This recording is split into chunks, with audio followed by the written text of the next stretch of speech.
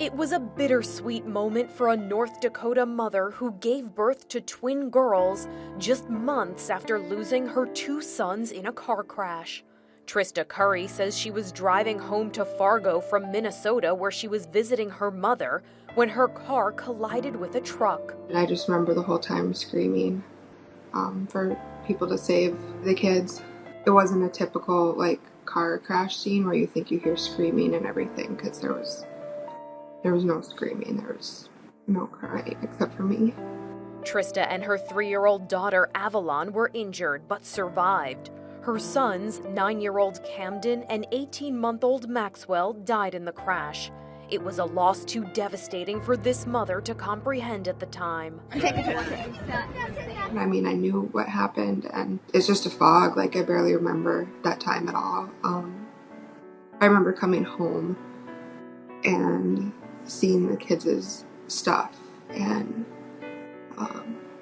my son's book was still flipped over from where he was last reading it, and just seeing all their stuff and them not being there, that's when it hit more so. 3 months after the crash, while still mourning her loss, Trista learned she was pregnant with twins. The beautiful news was dampened by the loss she was still mourning. Yeah, I still can't believe that it was twins.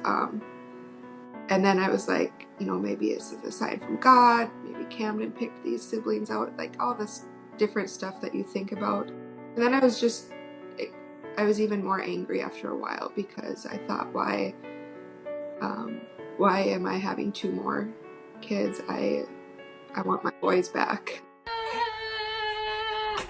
But as the pregnancy went on, and with the help of her daughter, Trista started to see a happy future with her twins. She named her girls Isla Camden and Eloise Maxwell as a way of making her sons part of their new sisters' lives. I mean, they're not a replacement. Nobody will ever replace them. There's just not a replacement for children. Good morning. Say good morning, everyone. I've been telling people grief is just a lot of love with nowhere to go. And it really is. The more you love someone, the more grief you have. And I had all this love to give and nowhere to put it. And now I can love on these babies. While this family is still healing, they are moving forward together while never forgetting the 2 members they lost. For InsideEdition.com, I'm Mara Montalbano.